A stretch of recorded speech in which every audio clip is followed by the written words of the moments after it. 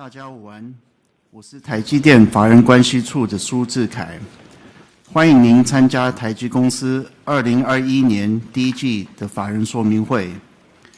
为防范新冠肺炎疫情扩散，本次法人说明会仍采电话会议进行。由于本法说会是向全球投资人同时连线转播，所以我们会全程使用英文，请您见谅。Good afternoon, everyone, and welcome to TSMC's first quarter 2021 earnings conference call. This is Jeff Su, TSMC's Director of Investor Relations, and your host for today. To prevent the spread of COVID-19, TSMC is hosting our earnings conference call live via live audio webcast through the company's website at www.tsmc.com, where you can also download the earnings release materials. If you are joining us through the conference call, your dial-in lines are in listen-only mode. The format for today's event will be as follows.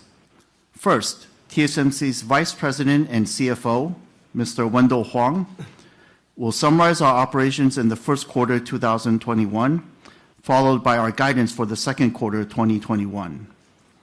Afterwards, Mr. Huang and TSMC's CEO, Dr. C.C. Wei, will jointly provide the company's key messages. Then we will open the line for Q&A. As usual, I would like to remind everybody that today's discussions may contain forward-looking statements that are subject to significant risks and uncertainties, which could cause actual results to differ materially from those contained in the forward-looking statements. Please refer to the safe harbor notice that appears on our press release. And now, I would like to turn the call over to TSMC's CFO, Mr. Wendell Huang, for the summary of operations and current quarter guidance. Thank you, Jeff. Good afternoon, everyone. Thank you for joining us today. My presentation will start with financial highlights for the first quarter 2021. After that, I will provide the guidance for the second quarter 2021.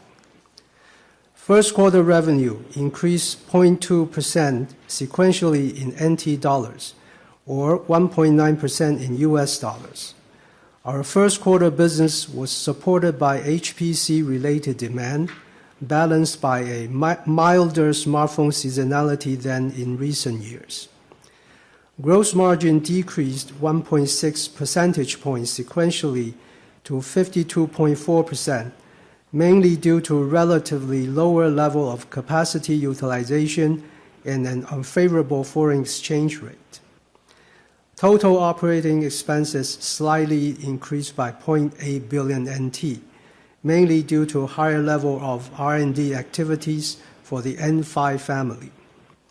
Therefore, operating margin decreased by 2 percentage points sequentially to 41.5%. Overall, our first quarter EPS was 5.39 NT, and ROE was 29.5%. Now let's move on to revenue by technology. 5-nanometer process technology contributed 14% of wafer revenue in the first quarter, while 7-nanometer accounted for 35%. Advanced technologies, which we now define as 7-nanometer and below, accounted for 49% of wafer revenue. Now moving on to revenue contribution by platform. Smartphone decreased 11% quarter over quarter to account for 45% of our first quarter revenue. HPC increased 13% to account for 35%. IoT increased 10% to account for 9%. Automotive increased 32% to account for 4%. DCE increased 10% to account for 4%. Moving on to the balance sheet, we ended the first quarter with cash and marketable securities of 797 billion NT. On the liability side, current liabilities increased by 45 billion NT, mainly due to the increase of 49 billion in short-term loans, an increase of 50 billion in accrued liabilities and others, partially offset by the decrease of 51 billion in accounts payable. Long-term interest-bearing debt increased by 23 billion NT, mainly as we raised 21.1 billion of corporate bonds during the quarter. On financial ratios, accounts receivable turnover days increased 1 day to 40 days. Days of inventory increased 10 days to 83 days, primarily due to N5 wafer pre-build. Now, let me make a few comments on cash flow and Kpacks. During the first quarter, we generated about 228 billion NT in cash from operations, spent 248 billion in Kpacks, and distributed 65 billion for second quarter 2020 cash dividend. Short-term loans increased by 52 billion, while bonds payable increased by 18.5 billion due to the bond issuance. Overall, our cash balance increased 4.6 billion to 665 billion at the end of the quarter. In US dollar terms, our first quarter capital expenditures total 8.8 billion. I have finished my financial summary. Now let's turn to our second quarter guidance. Based on the current business outlook, we expect our second quarter revenue to be between 12.9 billion and 13.2 billion US dollars, which represents a 1% sequential increase at the midpoint. This revenue guidance includes the minor impact from the power outage that occurred yesterday at our Fab 14 in Tainan. Based on the exchange rate assumption of 1 US dollar to 28.4 NT, gross margin is expected to be between 49.5% and 51.5%. Operating margin between 38.5% and 40.5%. The sequential decline in second quarter gross margin is mainly due to the margin dilution from higher 5nm contribution, the slower rate of cost improvement as our fabs continue to run at a very high level of utilization, and the absence of positive inventory revaluation. This concludes my financial presentation.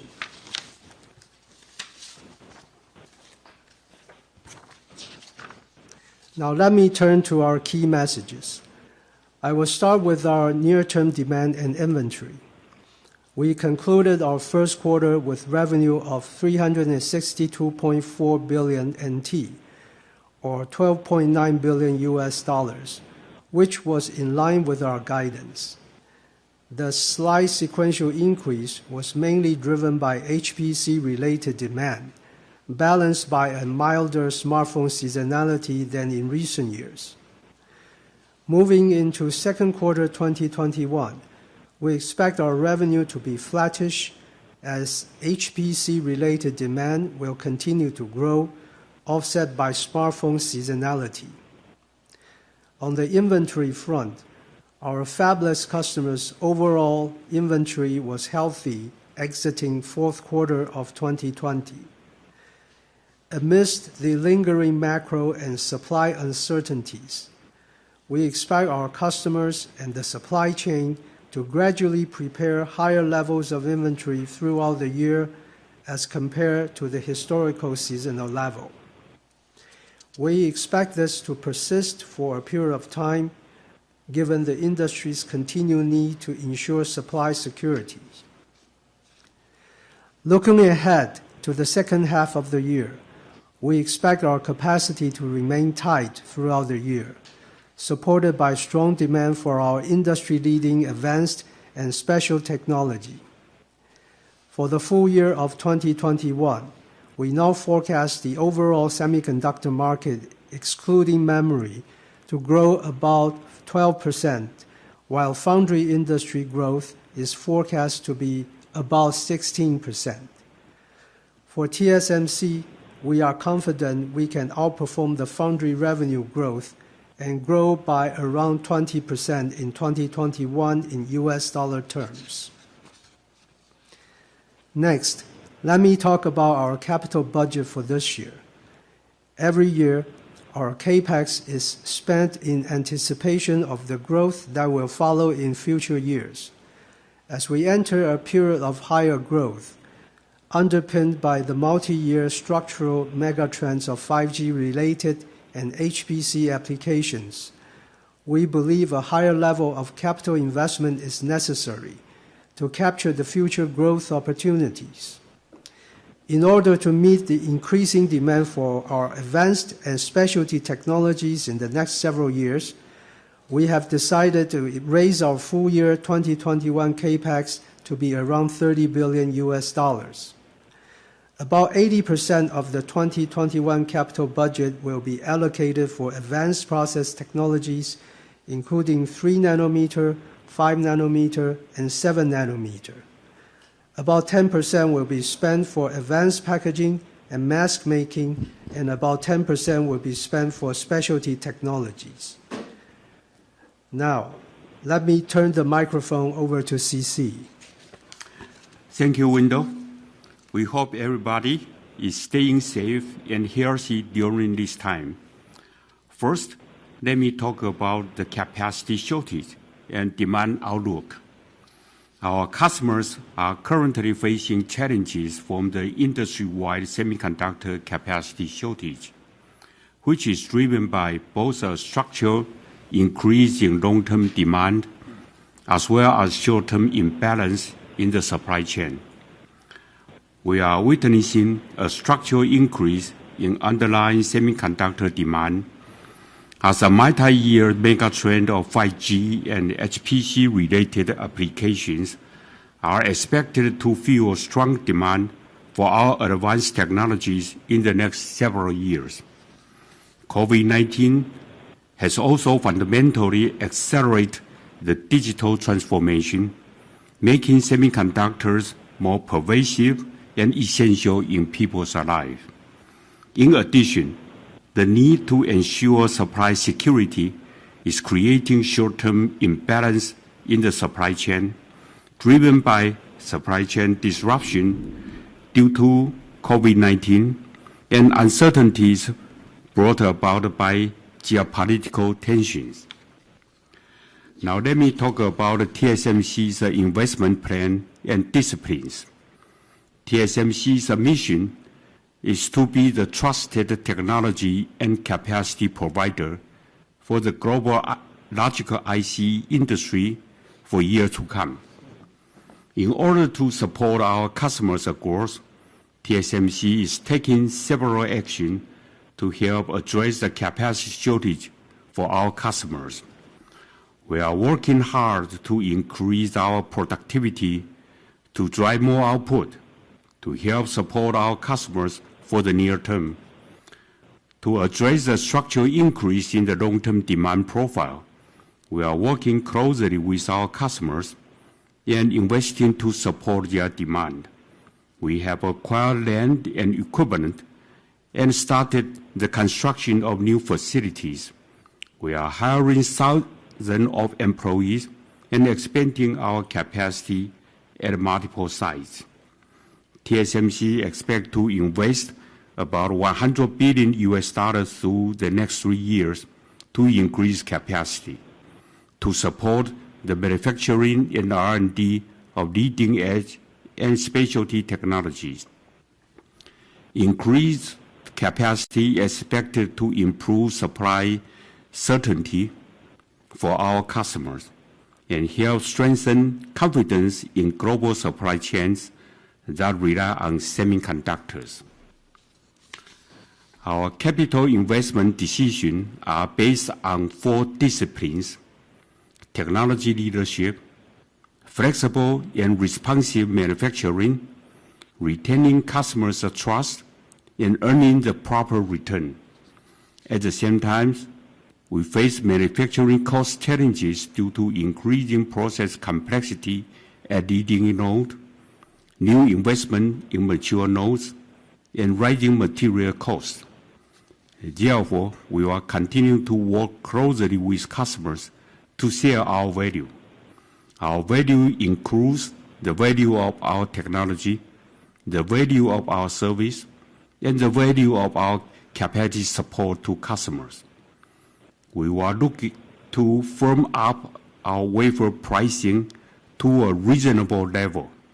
We will continue to work diligently with our suppliers to deliver on cost improvement.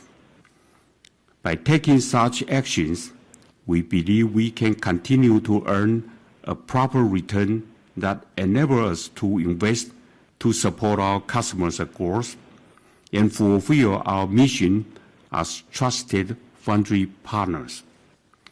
With our technology leadership, manufacturing excellence, and customer trust, we are well positioned to capture the growth from the favorable industry megatrend.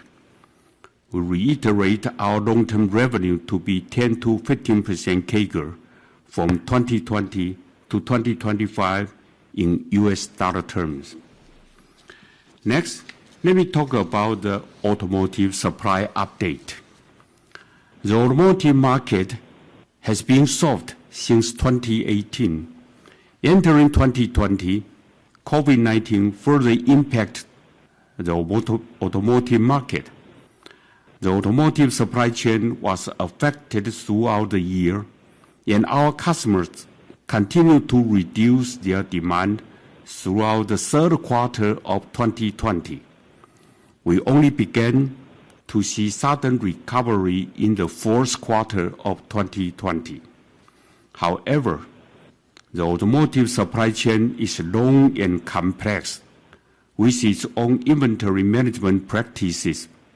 From chip production to car production, it takes at least 6 months, with several tiers of suppliers in between. Tsmc is doing its part to address the chip supply challenges for our customers. In January of this year, Tsmc announced that capacity support for automotive customers is our top priority. Since then, we have worked dynamically with our other customers to reallocate our wafer capacity to support the worldwide automotive industry. However, the shortage further deteriorated due to the unexpected snowstorm in Texas and the fab manufacturing disruption in Japan. Together with our productivity improvement, we expect the automotive component shortage from semiconductor to be greatly reduced for TSMC's customer by the next quarter. Now I will talk about Taiwan water supply update. The water supply in Taiwan is currently tight due to the lack of rainfall in the past year. We have been prepared for this. TSMC has a long-established enterprise risk management system in place, which covers water supply risk as well. Through our existing water conservation measures, we are able to manage the current water usage reduction requirement from the government with no impact on our operations. We also have detailed response procedure to handle water shortage at different stages. We will continue our collaborative effort with the government and the private sector on water conservation and new water sources. With our comprehensive enterprise risk management system, we do not expect to see any material impact to our operations. Finally, I will talk about the N5 and N3 status. TSMC's N5 is the foundry industry's most advanced solution with the best PPA. N5 is already in its second year of volume production, with yield better than our original plan. N5 demand continues to be strong, driven by smartphone and HPC applications, and we expect N5 to contribute around 20% of our wafer revenue in 2021. N4 will leverage the strong foundation of N5 to further extend our 5nm family. N4 is a straightforward migration from N5 with compatible design rules while providing further performance, power, and density enhancement for the next wave of 5nm products. N4 risk production is targeted for second half this year and volume production in 2022. Thus, we expect demand for our N5 family to continue to grow in the next several years, driven by the robust demand for smartphone and HPC applications. N3 will be another 4-node stride from our N5, and will use FinFET transistor structure to deliver the best technology maturity, performance, and cost for our customers. Our N3 technology development is on track with good progress. We continue to see a much higher level of customer engagement for both HPC and smartphone applications at N3 as compared with N5 and N3 at a similar stage. Risk production is scheduled in 2021. The volume production is targeted in second half of 2022. Our 3nm technology will be the most advanced foundry technology in both PPA and transistor technology, which it is introduced. When it's introduced, Thus, we are confident that both our 5nm and 3nm will be large and long-lasting nodes for TSMC. This concluding our key message. Thank you for your attention.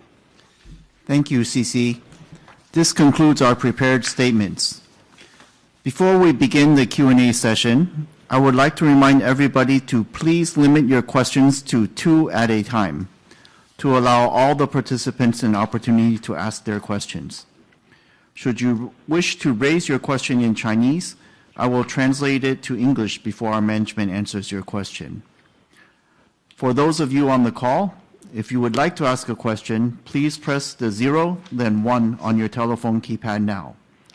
Questions will be taken in the order in which they were received. If at any time you would like to remove yourself from the questioning queue, please press 02. Now, let's begin the Q&A session. Operator, can we please proceed with the first caller on the line? The first one to ask question, Randy Abrams, Credit Suisse. Okay, yes, thank you. And I wanted to ask the first question just about Intel. They did announce their plans to re-engage in the foundry sector, and also, I think, making it clear their goals are to get back to manufacturing leadership. So could you discuss how you're viewing them now as a customer, and also the assurances you're getting on business sustainability, and how you're managing the potential risk if they improve manufacturing and pull back on some of the outsourcing plans?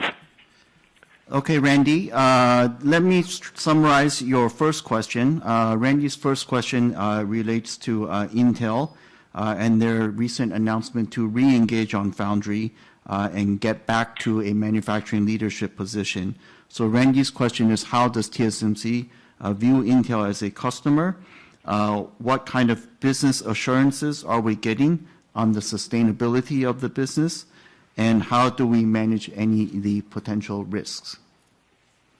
Randy, let me start with TSMC is everyone's foundry and support all our customers openly and fairly. Intel is an important customer, and we will collaborate in some area and compete in other area.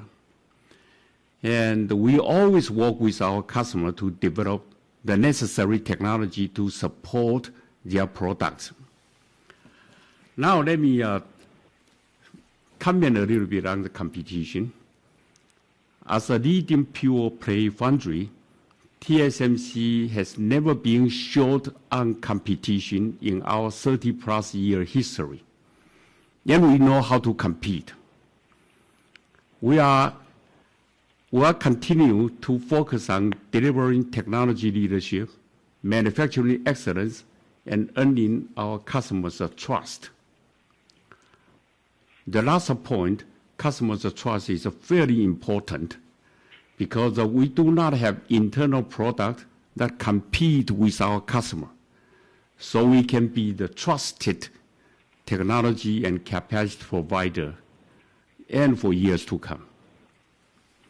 And if you ask other comment, how we support Intel, we support them as an important customer.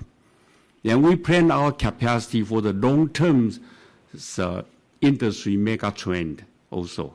It's not for the short-term demand. Okay, does that answer your first question, Randy? Yeah, no, that's good on the first question. The second question and topic I wanted to discuss, you mentioned your prepared remarks about there is a bit more geopolitical pressure with particularly U.S., but also Europe and China. They all are being aggressive about domestic capacity. If you could give an updated view on your strategy, if any shifts at the margin, where you've traditionally wanted the high scale in Taiwan. I'm curious for U.S. With the big land, just any plans to accelerate positioning with the potential eventually you could do mega fab. If you could give an update on Nanjing, if there's plans to expand from the current, I think you're at 20K. And if from a customer level you're seeing shifts where more customers are starting to consider geographic location in the foundry consideration. Okay, Randy, let me try to summarize your second question. I think there's quite a few parts. I think first, Randy's question is on looking at sort of the geopolitical landscape and looking at this talk of fabs in different countries. So I think Randy first wants to know what is our progress, or how do we see particularly U.S. manufacturing. Secondly, in other areas, and then thirdly, he would like an update on the Nanjing expansion. And lastly, how do customers feel about the need to manufacture in different countries? Is that correct, Randy? Yeah, that's correct. Yeah, thank you. Randy, that's a lot of questions. Sorry, you only give us two. Let me try to answer. The first one, actually, I would like to say TSMC has been a global company. We have a lot of manufacturing sites outside Taiwan, U.S., mainland China, Singapore. But let me comment on the U.S. first. We have been in the U.S. for a long time, though. We set up a WaferTech, that an 8-inch fab located in upstate Washington back in 1996. And it's continued to operate and manufacture chips for our customer today. And now we are increasing our presence in the U.S. with an advanced 12-inch semiconductor fab in Arizona. And the progress is executing to our plan. And we are happy that we are join the effort to support semiconductor manufacturing in the U.S. You also asked about our status in Nanjing. Did that you ask? Yes. The fab in Nanjing is progressing well. We already complete the first phase of 20,000 wafers capacity installation, and actually it's in production for a while. And we also have a plan, depend on the customer's demand and depends on the economics. We have a plan to expand the capacity also. Okay. And other question in Taiwan, why we? I think also two others. One, Randy is asking, would with other regions also? We never rule out any possibility with other region. But today, We already announced plans. We currently have no further fab expansion plan in other areas such as Europe, but we did not rule out any possibility. However, I want to emphasize Taiwan will continue to be the main focus for TSMC. Our center of R&D and the majority of production line will continue to be located in Taiwan. Okay. Did that answer your questions? Yeah, that's clear. And maybe if you can clarify, for customer decisions, just that approach with Taiwan, are you starting to see it get raised a bit more about customers choosing location, or are they still focused on the traditional, just getting the best PPA, the best cost, and delivery time? Right. So Randy's the last part of his question is from a customer's perspective. Is there a push by customers for this geographic diversification, or what do customers want? Well, our customer welcome we established a new fab in Arizona State. Let me say that. However, the most important one to them is the technology, is the manufacturing, is the efficiency that TSMC provide. Okay, actually that's the most important one, other than the consideration of geopolitical locations. Okay, Randy. Okay, great. That's clear. Yeah. Yes, thank you. That's okay. clear. Thank you, Randy. All right, operator, can we move on to the next person on the line, please? Next one on the line, Gokul Hariharan, JP Morgan. Go ahead, please. Thanks for taking my question. My first question, could we talk a little bit about the $100 billion capacity plan for the next 3 years? Is that primarily a Kpacks number? Just seeing that this year already we are spending about $30 billion. Should we be assuming that our Kpacks is going to run around these levels or even higher in the next 2 years as well? So just wanted to clarify, because there was some confusion about whether that's a Kpacks number or a Kpacks plus R&D number. Okay. So I think, Gokul, your first question is that, we intend to spend $100 billion in the next 3 years. Is that a Kpacks number? And then also, what does that mean for the spending in the Kpacks in the next 2 years? Hi, Gokul. This is Wendell. Yes, $100 billion is Kpacks number. Now, we've already guided that this year will be $30 billion, but we're not going into the linearity in the next 2 years. You can actually have a feeling about what we will be spending in the next 2 years. Got it. That's very clear. My second question is on the inventory cycle and a lot of the capacity expansion that we are seeing in older technologies. TSMC also is spending about roughly $3 billion based on the new guidance on specialty technologies as well. The industry also seems to be spending quite a bit of capacity there. What is TSMC's take in terms of when we are going to see a bit more normalization in some of this older capacity? Does TSMC also subscribe to the view that even in 2022, we are likely to see some degree of capacity tightness or capacity shortage, or TSMC feels that we will likely resolve this towards the end of this year or early next year? Okay, Gokul. Thank you. Let me try to summarize your second question. Your second question is asking about the inventory cycle, and particularly on the mature nodes. Looking at the expansion in the mature nodes, and Gokul wants to know, I think that, on the mature nodes, could we see some type of overcapacity, or can the tightness continue to persist, or will we start to see some kind of overcapacity or oversupply towards the end of this year or in 2022? Is that correct, Gokul? Yeah, just to I think many of your competitors are talking about 2022 also being undersupplied in many of these process nodes. Just wanted to hear TSMC's view on that. Well, Goku, let me answer the question carefully because of, we cannot rule out the possibility of an inventory correction or overbooking, something like that. But actually, we expect the structural demand to continue, and we will work with our customer closely, actually, and to develop some technology solution to meet customers' requirement and create a different differentiation and long-lasting value to our customer.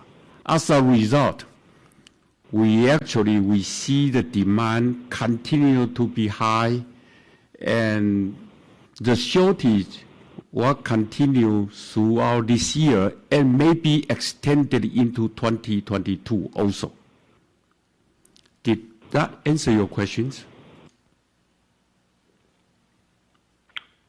Okay.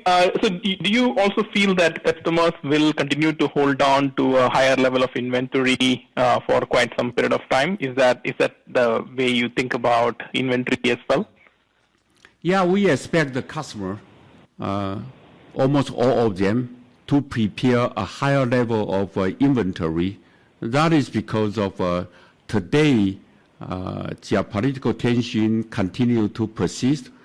Even the COVID-19 will recede sometimes. We hope as soon as possible, but it will continue for a while. And put two factors together, and we do expect them to prepare a higher level of inventory. And I believe Window already saying that. Okay, Gokul? Does that answer your second Thank you. question? Okay, thank you. Operator, let's please move on to the next caller on the line, please. Now we have Sebastian Ho from CLSA. Hey, good afternoon, gentlemen. Thanks for taking my questions. So first one is on the pricing strategy. So I remember 6 months ago, the company talked about sticking to the principle of respecting long-term partnership with customers, and the company doesn't seem to want to change the pricing on the mature technology nodes, which I mean 28 nanometers above. So I'm wondering if that's still the case now, or if the company now considers some upward adjustment. And if it's the latter, what has changed versus 6 months ago? Thank you. Okay, Sebastian. So Sebastian's first question is regards to pricing, and he says that we always talk about long-term partnership with our customers, and he's saying in particular on the older nodes, 28 nanometer and such, would we raise the price? So he's asking sort of what is the pricing strategy today, and what has changed versus previously. Sebastian, let me answer that. For more than 30 years, TSMC has provided stable and predictable pricing, and we have refrained from opportunistic or short-term actions.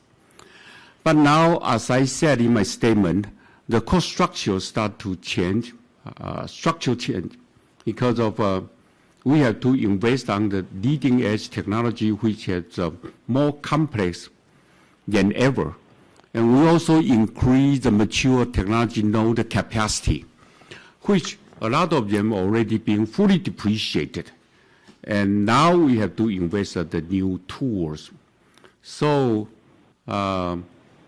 we refrain from our opportunistic and short-term action, but we also have to share our value. So we are working with our customer closely, and we want to firm up our wafer pricing to a reasonable level.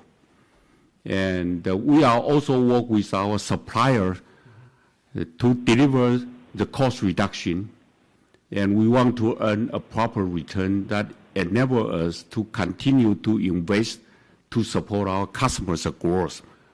And in today's term, capacity support is the most important one they are looking for.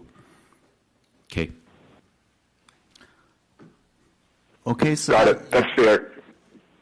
Do you have a second question? Yeah, sorry, go ahead. Yes, I do have a second question. Thank you.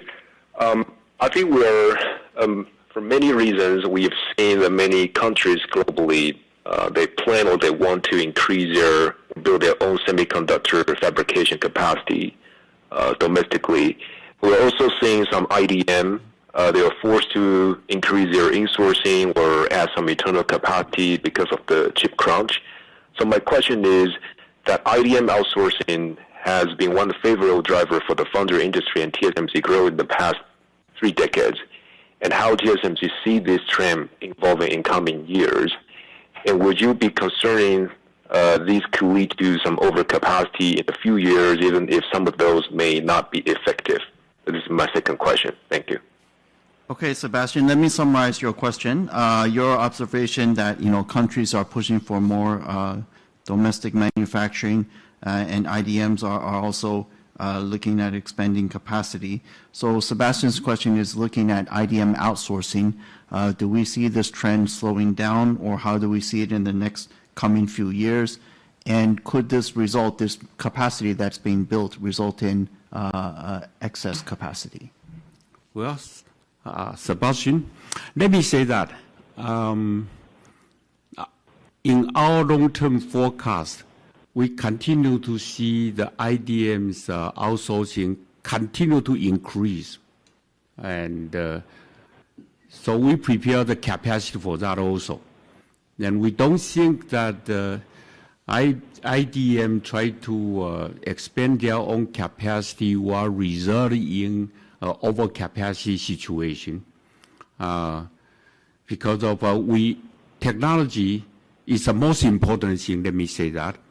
And we expand our capacity based on the customer's need and with the technology leadership that provided their product to be very competitive in the market. So they are all happy to work with TSMC in developing their product for now, for the future. And so as a result, we continue to see the increased outsourcing from IDMs. Okay, Sebastian, does that answer your second question? Yes, it does. Thank you. Okay, thank you. Operator, can we move on to the next person on the line, please? Next one to ask question, Charlie Chan from Morgan Stanley. Hi, good afternoon. Thanks for taking my question. So first of all, can I ask about the change of the 2021 revenue guidance? Can you explain that where is the upside coming from? I mean, by applications would be great. And does that include some pricing adjustments for those revised out revenue guidance? Thank you. All right. I think Charlie's first question is relating to our 2021 revenue guidance, and from now of around 20%, to say what has changed versus last time. And he also wants to know, can we talk about by application, what is driving this change? And what was the last part of the question, Charlie? Sorry. Actually, that's it. Thank you. Okay. Yeah. And does that capture some price hike? Right. Price hike as well. Thank you. So his question is, what is driving the change in the growth guidance for this year? And he would like to know, which applications are driving it, and does it include some price increases in this guidance? Okay, Charlie. First of all, we don't comment on price. I can share with you that where everyone's foundry, our Kpacks and capacity planning are based on the long-term demand profile, underpinned by the industry mega trends, not short-term cyclical factors.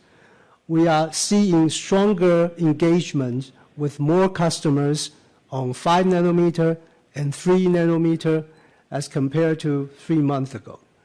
And we work closely with our customers to plan the capacity, and we'll continue to focus our investments on advanced and specialty technology to support our customers' structural growth. Now, this year, we expect, in terms of platform, we expect that HPC and automotive platform growth will be higher than the corporate average, and the smartphone and IoT will be close to the corporate average. Okay, understood. So it seems like the upside coming cross-border or just some specific application. I know that HPC, Automotive are growing better, but just compared to last guidance, what was driving the upside?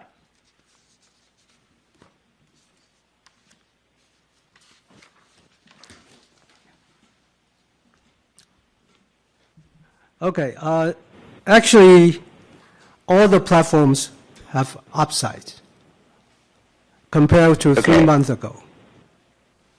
Okay, gotcha. Thanks, Wendell. And then my next question is about your capital intensity in the long term. I mean, I think 1 or 2 quarters ago, company updated the capital intensity, and at some points, can fall back to like 35% capital intensity. I'm not sure if that's the case for the coming 3 years. And also, linked to that, what does that mean to the long-term gross margin trend? Because in today's conference call, I keep hearing some comments about structural cost increase. I'm not sure is that about the chemicals or equipment price. But would that kind of impact companies' long-term gross margin trend? Thanks. Sure. Charlie, let me share with you. I'm sorry. Go ahead. Yeah. It's okay. I think, Charlie, your question is on capital intensity, looking at what is the capital intensity looking like the next few years, and how does this correlate with our stated long-term capital intensity of kind of mid-30s range. And then he also, on the back of that, what does this mean for the long-term gross margin trend? Okay. Yes. Charlie, in terms of capital intensity, we have actually given out several points already. First of all, if you look at, we're saying the next 3 years we'll be spending $100 billion US dollars. And this year will be $30 billion. We also say that in the next 5 years we expect to grow between 10 to 15% revenue CAGR. So if you do math, you probably will have a good idea about where our capital intensity will be in the next 3 years. Now, at this moment, we still expect that the capital intensity will go back to mid-30 level in the longer term. That's the capital intensity. In terms of gross margins, I think as CC has already mentioned, we see some challenges from manufacturing costs due to the increasing complexity of leading nodes, the new investment in mature nodes, and some rising material costs. And therefore, we're taking actions to ensure that we earn a proper return by firming up our price, working with the supplier to drive the cost improvement. We expect that the 50% gross margin remains our target and is achievable. Okay. Okay. Yep. That's very very clear. So can I assume part of that 100 billion Kpacks, also associated to the cost increase, and if that is the case, how much of that is due to the cost increase versus demand? I think the last part of his question is that then out of the 100 billion and this higher capital intensity, how much is due to the cost versus the demand? Yes, exactly. Thanks, Jeff. Okay, Charlie. Basically, we're seeing more engagement of our demand in the next few years.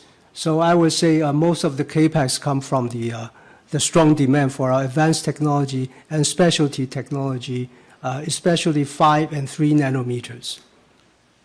Okay. Yep. Thank you, Charlie. All right, operator, thank you. Can we please move on to the next caller, please? Next one to ask question, Bruce Lu from Goldman Sachs. Go ahead, please.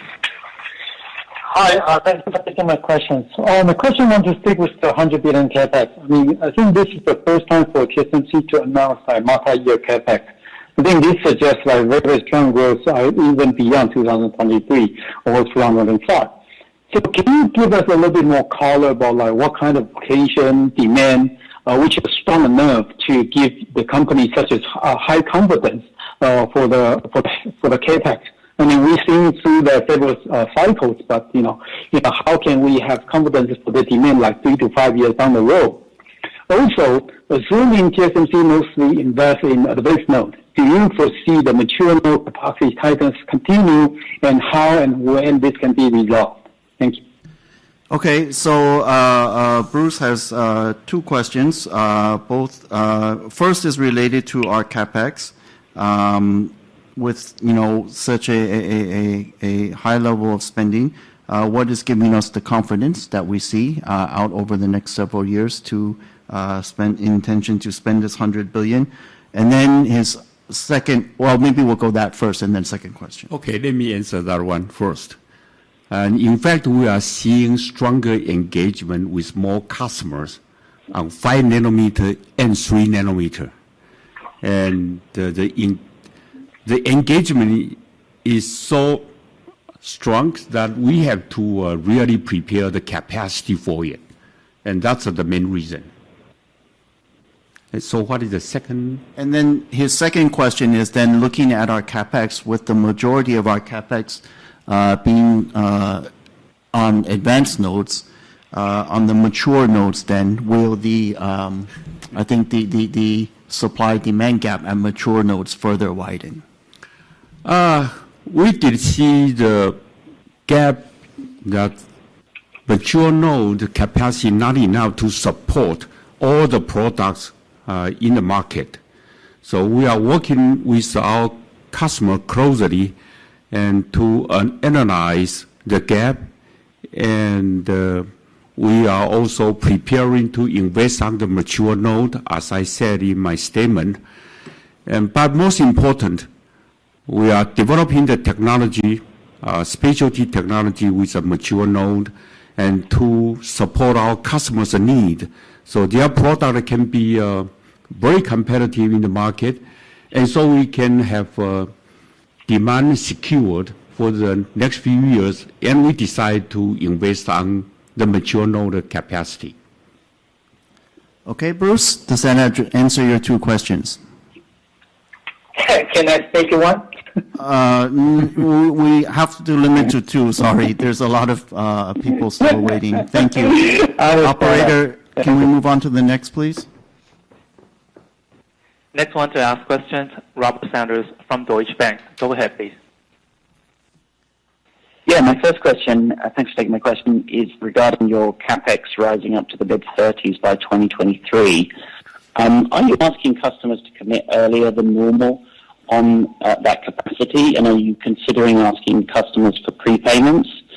How do you de-risk those capacity plans, and are you seeing an increased willingness to single source?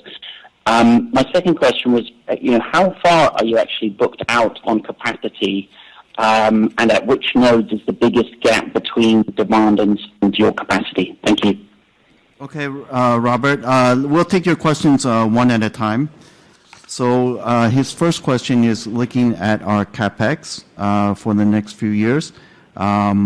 With this level of spending, do we see customer commitments that are earlier than normal? Are we looking for or things like prepayments from customers to secure their commitments? This is the first question. Okay. Robert, let me answer this first. The $100 billion Kpacks is decided because we see the fundamental structure demand increase from the megatrend, multi-year megatrend, and the acceleration of the digital transformations. Now, we cannot disclose the detail of our commercial terms with our customers. However, for us to make the investment decision will definitely require proper returns and secure customer commitments. Okay.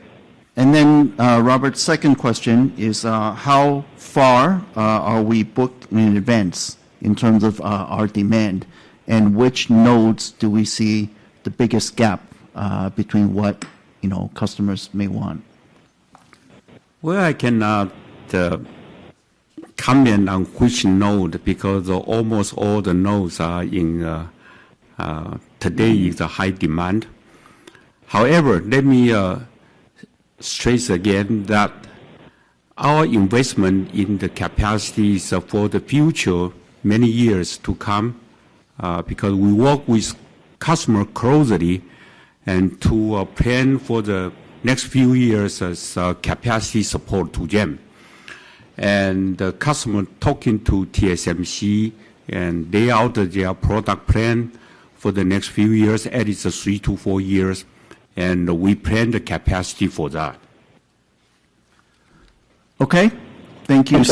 Thank you, CC. Thank you, Robert. Operator, can we please move on to the next caller, please?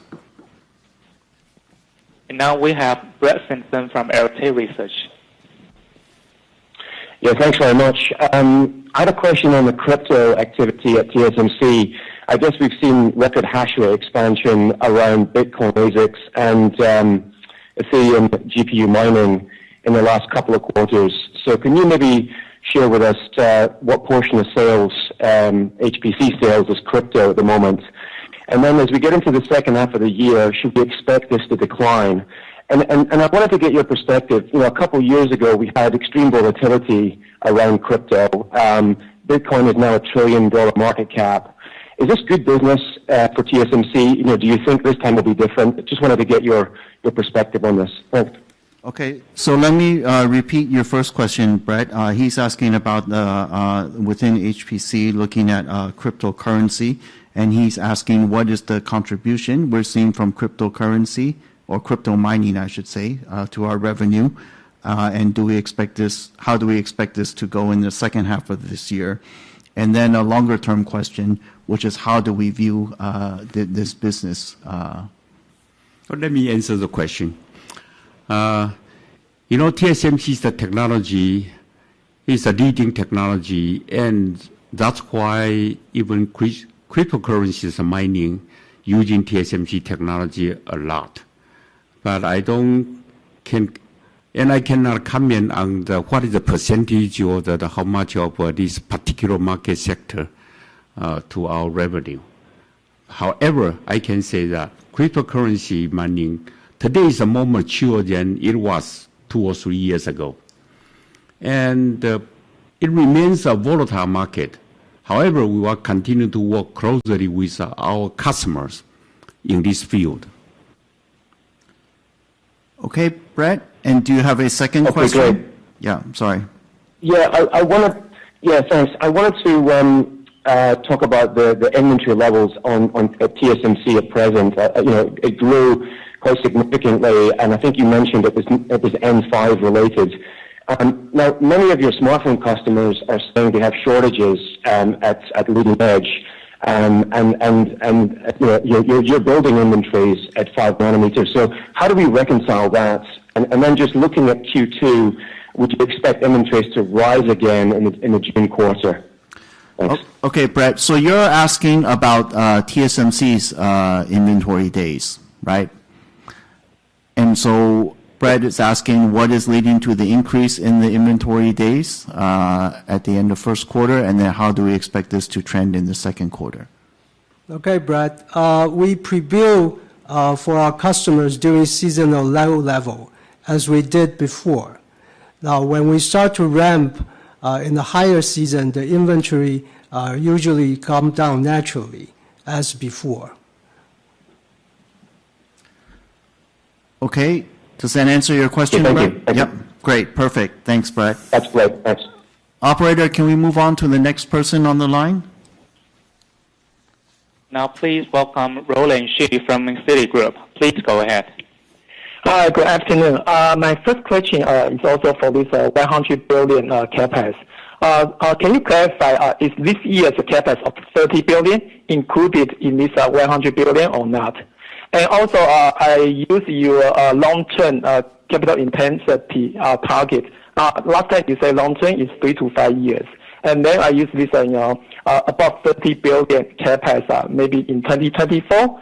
Then it implies your revenue in 2024 will likely to exceed 90 billion or even bigger, which is more than double than 2020's level. So my question is, are there any challenges to you to recruit and train up enough amount of the talent to support such a fast growth for you going forward? Okay, let me summarize your questions, Roland. So first, Roland is asking these 100 billion CapEx, does this include 2021 of around 30 billion? And then he's asking about if we look at the longer term capital intensity, what does this kind of imply for 2024 and 25 CapEx and capital intensity? And then, another part is that with this pace of growth, how do we recruit the talent to support our operations? Hi, Roland. Yes, $100 billion include this year's Kpacks. And we've talked about the 3-year $100 billion, 21, 22, and 23. The capital intensity, I think, as I said earlier, you can probably do some calculation and have a feeling about the capital intensity in those 3 years. Longer term, we do see that the capital intensity will go back to about mid-30s level at this moment. And his second question is then how do we, recruit talent to support our growth? Roland, this is a very good question. Very good question. The talent people recruiting is one of our top priorities in recent years. And fortunately, we have communicated with the government and get Taiwan government's strong support. So they are now pushing for a new program and to allure the student to be in the semiconductor area, major in this area. And internally, TSMC also have a very robust system. Right now, we just established to train all the newcomer, all the new engineer to be more, they can grow faster. Externally, we got the help from government. Internally, we do our own part also to enhance the training. And that's the way that we try to meet the requirement of enough talent people inside TSMC. Okay. Thank you, Roland. I think that was... Yeah, but I think... this actually is one question. That's 2 questions, Roland. Okay. Operator, can we move on? There's still quite a few people. Roland, we're happy to have you get back in the queue. But let's move on to the next caller, please, for now. Next one for question is Andrew Liu from Sinolink Securities. Yes, thank you for taking my question. My first question is, can we know what kind of percentage capacity increase on 8-inch specialty foundry and 12-inch mature and 12-inch advanced for the next 3 years? Maybe just the average will be fine. Okay, so Andrew's first question is on the capacity increase. He wants to know in the next 3 years how much capacity are we increasing on 8-inch, and then how much capacity are we increasing on the 12-inch? Andrew, let me share with you. We don't disclose that kind of details, but basically 80% of the Kpacks will be spent in advanced technology, about 10% in advanced packaging and mass making, and another 10% in specialty technologies. In the next 3 years. In the next 3 years. Okay, Andrew, do you have a second question? Because I do have the second question, but the first question doesn't really answer. So can I have 2 more? We do not comment on the capacity by 8-inch or 12-inch. I think Wendell has just said. Okay. Then second question is not related to price. assuming the next year our rebate to the customer has been removed, what kind of percentage additional growth we should factor into our model? Thank you. Okay, so Andrew's second question is, assuming next year that their rebates have been removed, how much will this drive additional growth in next year, and how should he factor this into his model? Well, this kind of pricing is strictly confidential between TSMC and TSMC's customer. So I don't think that we can comment on that one. Whether it's a rebate, whether it's any other activities. Okay, thank you. Thank you. Thank you. Operator, can we please move on to the next caller, please? Next one to ask questions, Sunny Lin from UBS. Hi, good afternoon. Thank you for taking my question. So my first question is also on Kpacks. So when you plan for Kpacks for this year and next few years, do you think the equipment supply could be a potential bottleneck in terms of the additional upside that you can spend? Well, I think several equipment makers have mentioned that based on this year's industry Kpacks, they are already at extreme supply tightness, especially for EUV. So any color would be appreciated. Okay, so Sunny's first question is that with our CapEx plan, do we see or face any equipment bottlenecks in terms of securing the tools and equipment? And I think part of your question is also particularly with regards to EUV. Well, let me answer the question. In fact, when we plan 100 billion Kpacks, we also work closely with our supplier and to prepare in advance. So we don't expect, certainly we don't expect any bottleneck, whether it is EUV or not. And actually we work closely with them. Got it. Right. So would it be fair to assume that when you announced the 100 billion Kpacks for next 3 years, it's already you already have commitment from your suppliers? The answer is yes. Got it. My second question is on 3 nanometer. Now we are just about a year before the mass production in second half of 2022. So at this point, how should we think about the revenue contribution in its first year of commercial production? I think for 5 and 7 nanometer, they could get to high single digit of revenue or even close to 10% in first year. So just want to get your thought on this. Okay, so Sunny's second question is looking at 3 nanometer, and with the schedule for production, how should we think about the revenue contribution from 3 nanometer in its first year? Sunny, that's too far to talk about that. We will update you later on. Now it's about 2 or 3 years away. Yeah. But we do expect it's a big and long-lasting nodes, just like the former M5. Okay, thank you, Sunny. Sure, thank you. Operator, can we move on to the next caller, please? Right now we have Laura Chen from KGI. Go ahead, please.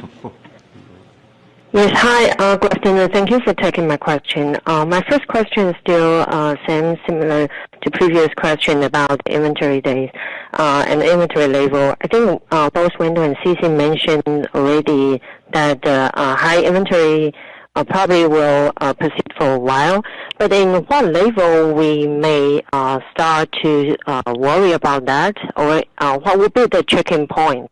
Because so far we all know that the demand outlook and TSMC is, in particular in the advanced node, are quite tight. But what would be the checking point we are closely follow? That's my first question. Thanks.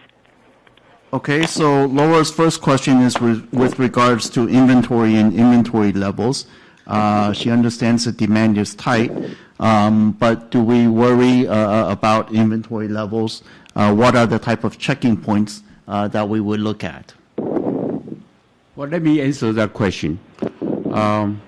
Yes, I did say that our customers want to secure the supply actually at this moment. That's due to some imbalance in the supply chain. And they are preparing for the future also.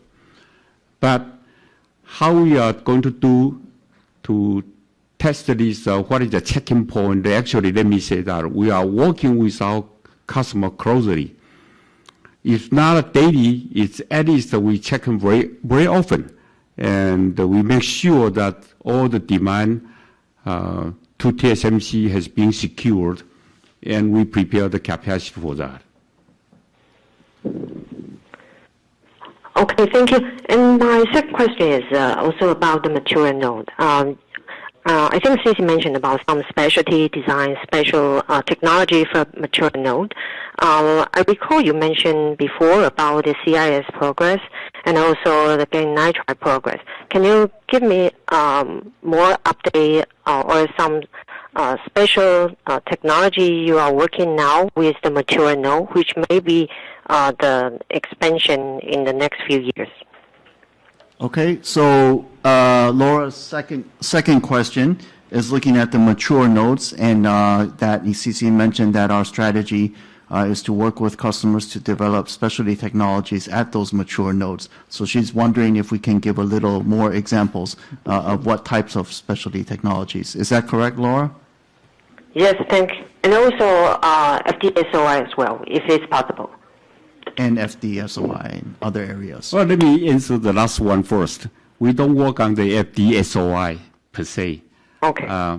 Okay. But we developed the specialty technology for CMOS image sensor, as I mentioned previously. And the technology continue to improve because if you look at the application of the CMOS image sensor in the smartphone, in the automotive, there are a lot. Okay. And we also, in fact, the most important one also is ultra low power. That we developed the technology to meet the requirement of the mobile world. I mean that everything is portable. So ultra low power is very important. Gallium nitride, all those kind of specialty, we continue to work with our customer. And for the future, high frequency application or the high voltage applications.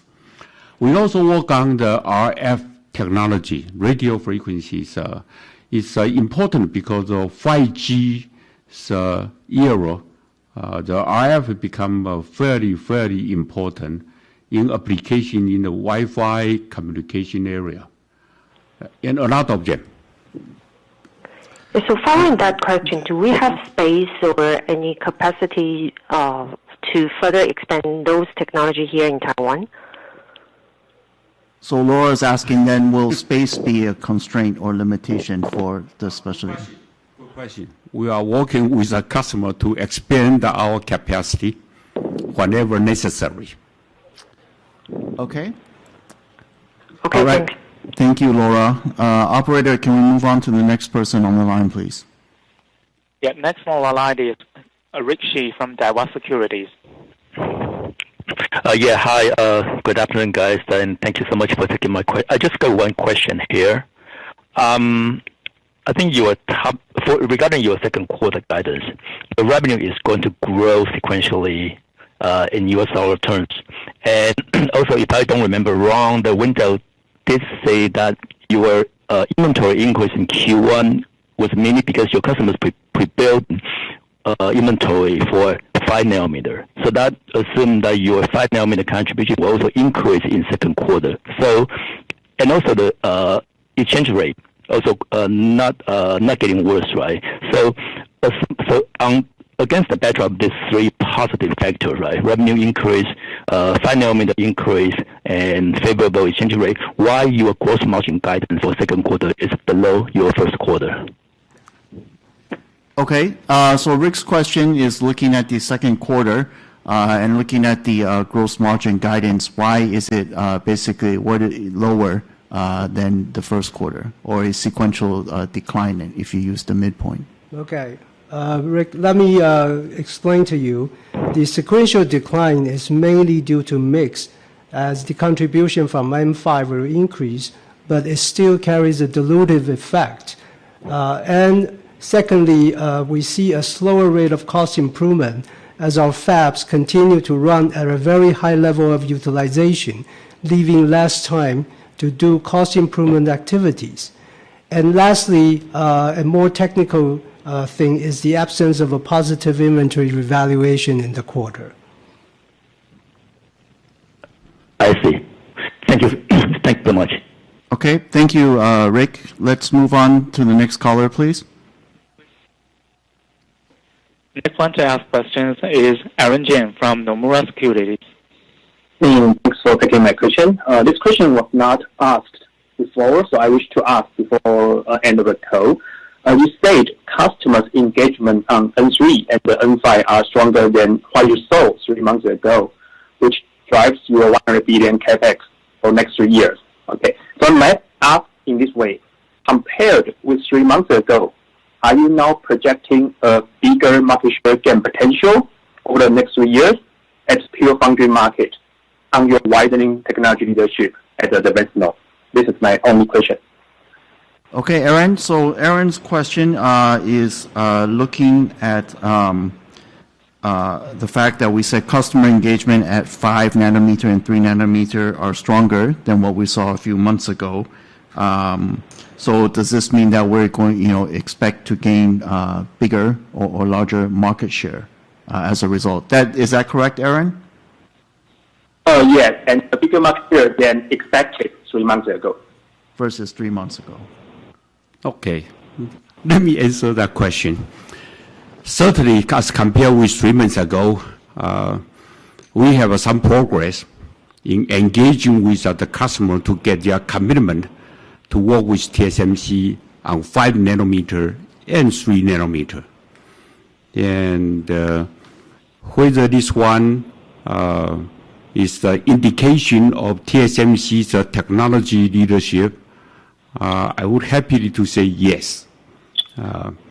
We are continuing, but the most important thing actually is that we are continuing to work with customer to develop the technology they need for their product. Each customer has a different kind of preference, and we always can meet their demand. Okay. Thank you, Aaron. No problem. Thank you. Okay, operator, can we move to the next caller, please? Next one to ask question, Mehdi Hosseini, SIG.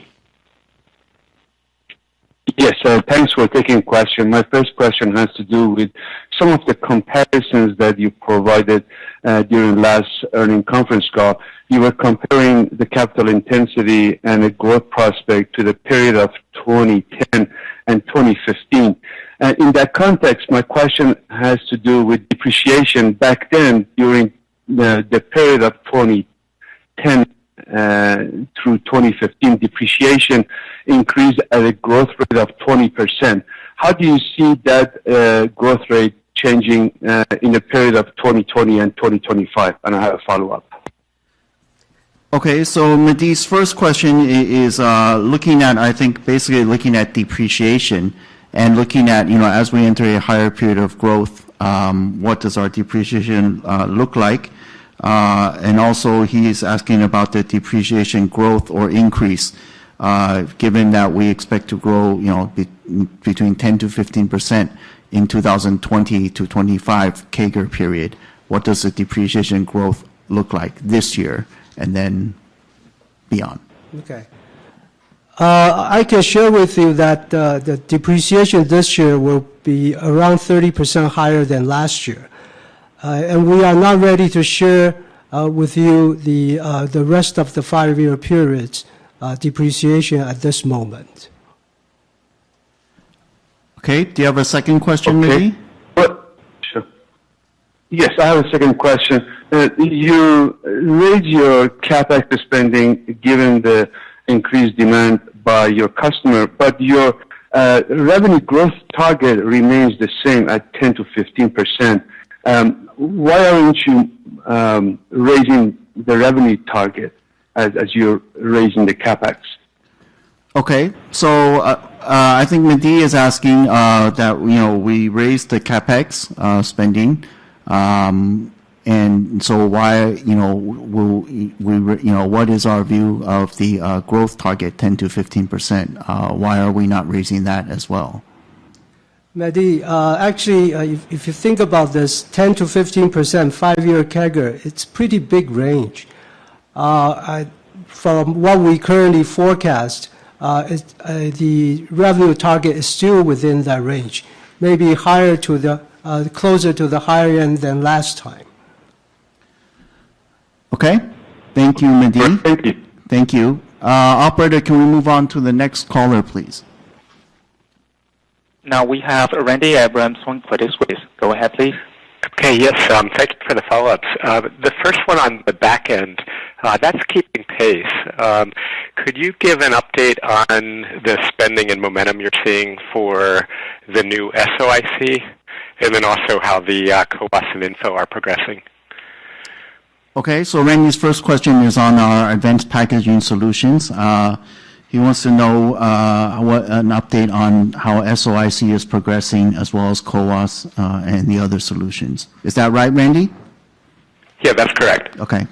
Okay, let me comment on the SOIC first. This is the most advanced back-end technology I think that we offer to our customer. And it will start to small volume production in 2022. And it's also actually adopted by a very high performance HPC applications. As for Info and CoWoS, we continue to expand our customer portfolio. And I expect that the business from Info and CoWoS will continue to increase in the next years. Okay, great. And just I'll have one quick one on that. You mentioned very high performance applications.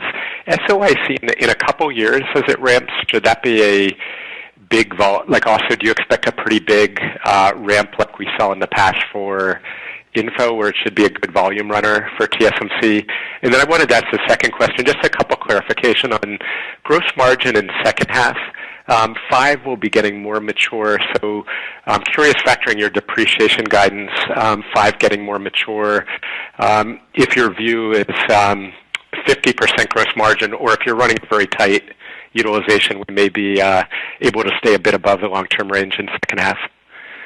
Okay, so a quick one. Randy wants to know SOIC, will it be a large contributor? How large can it be in a few years' time? And then also on gross margin, the gross margin outlook for second half. We hope that SOIC is going to be adopted by all those HPC applications customer. But I cannot nail down that what is the specific revenue number in the future. But we do expect our back-end service will continue to grow, and the growth rate will be a little bit higher than the corporate average. Okay. Randy, about second half gross margin, it's a bit too early to give details on that. However, you've already mentioned several things. M5 will become bigger in contribution to the revenue. It still carries a negative or dilutive effect on the margins, about 2 to 3 percentage points. Utilization is still pretty tight, and we continue trying to improve our costs under this very high utilization environment. So that's all the things we can share with you at this moment. Okay. And if I can fit in, sorry, Randy. I'm sorry. That's 2 questions. Because thank you. Operator, in the interest of time, I think then we'll take the last 2 callers, please. Okay, the next one will be Gokul Hariharan from JP Morgan. Thanks for taking my flow of questions. My first question is, how should we think about HPC in terms of the demand cadence for second and third wave? I think when smartphone was our big growth driver in the last 10 years, we had leading edge growth from processors, etc., but we also had a lot of other ICs in smartphones as well as other applications, which drove the second, third, fourth wave demand for any process node. So now that HPC seems to be one of the key drivers for growth, how do we think about second, third wave demand? Would it keep up with the first and second waves for N5, N3, etc.? Or should we think about TSMC will be doing more capacity conversion compared to in the past? That's my first question. Okay, so Gokul's first question is looking at HPC and looking at how HPC is also, along with smartphone, becoming the first wave adopters of our leading edge nodes. He's wondering then, though, for the second and additional waves of demand, will HPC? How do we see HPC driving additional waves of demand, or will we convert capacity? Let me make some comment. Actually, the HPC application includes many different subsegments, such as CPUs, GPU, networking, FPGA, AI accelerator, video gaming, etc., etc. And each one will have their own migration path and product life cycle also. So we expect to see HPC not only in the first wave, but in additional waves of demand to support our leading node in the future, actually. Did that answer your questions? Okay, that's clear. Do you have a second? The second question, just wanted to follow up on any thoughts from TSMC on the Arizona fab capacity. I think you've already announced 20K of wafer per month of 5 nanometer coming up in 2024. What has been your discussion with customers regarding any potential upside to this capacity? Are customers asking for more capacity there? Do you feel that right now this seems more like a N-1 cadence because 5 nano started in Taiwan in 2020 already? Do we feel that we will move to a more shorter or a quicker cadence for leading edge in, let's say, Arizona or US capacity? Just wanted to understand how TSMC is thinking about this right now. Okay, Gokul's second question is on our U.S. Manufacturing and our fab in Arizona. He wants to know that our customers asking for more capacity or more production, and also we start with N5. I guess your question is what about the future plans for bringing additional technologies there and the cadence? Okay, we are executing our plan in Arizona according to the schedule. And construction will start this year. Phase 1 production, as you said, you are starting 2024 with a 20,000 wafer per month as a 5 nanometer technology. But in fact, we have acquired a large piece of land in Arizona to provide flexibility. So the further expansion is possible, but we will ramp up to phase 1 first. Then based on the operation efficiency and cost economics, and also the customer's demand to decide what the next steps we are going to do. Our customer welcome us to build a capacity in the U.S. And our fab in Arizona will be available to support all our customers from around the world. And just like all the TSMC's fab. No matter where they are and no matter where they're located. Okay, thank you. Operator, in the interest of time, then, can we let the last caller ask their questions, please? Yes, the last one to ask question, Sebastian Ho, CLSA. Yeah, thank you. I only have one question. So just follow up on Cici's comments earlier. That Cici mentioned that the TSMC has been working closely with customer to analyze the gap between capacity and demand on the trailing edge nodes. So I'm wondering if you could share some color with us. If we exclude the overbooking portion, and based on your best analysis, does the demand still significantly exceed supply? And how big is the gap if you have any rough number that can be shared? Furthermore, based on the Kpacks you and your peers are investing in the capacity expansion lead time, when do you think the tightness can be eased and or the whole shortage situation can be removed? That's the only question I have. Thank you. Okay. Let me try to summarize your question, Sebastian. You're asking, on the mature nodes, the fact that TSMC works with our customers very closely, but also in looking at the supply-demand of those older nodes. So with the additional capacity added, will we eventually see an easing of the supply tightness at the mature nodes? Is that correct, Sebastian? Yes, and also if you can, if we exclude the overbooking part, right, your best estimate, whether the demand still significantly exceeds supply right now. Thank you. All right.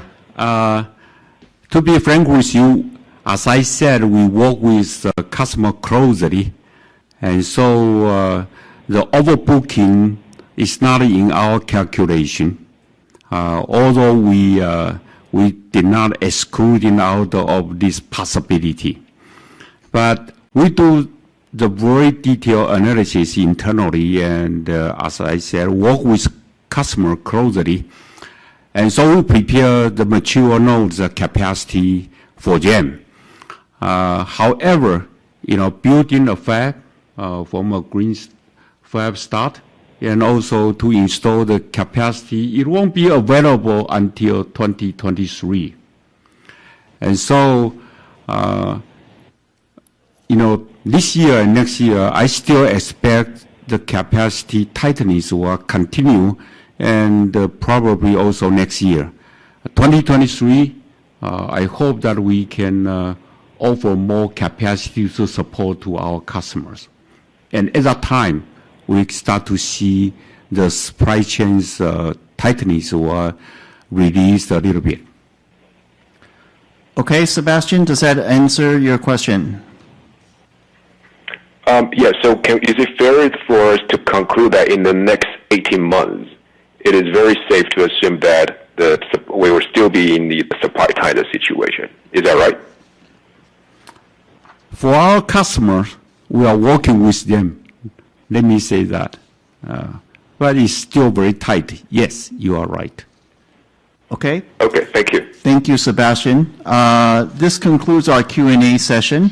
Before we conclude today's conference, please be advised that the replay of the conference will be accessible within 4 hours from now, and the transcript will become available 24 hours from now, both of which are going to be available through TSMC's website at www.tsmc.com.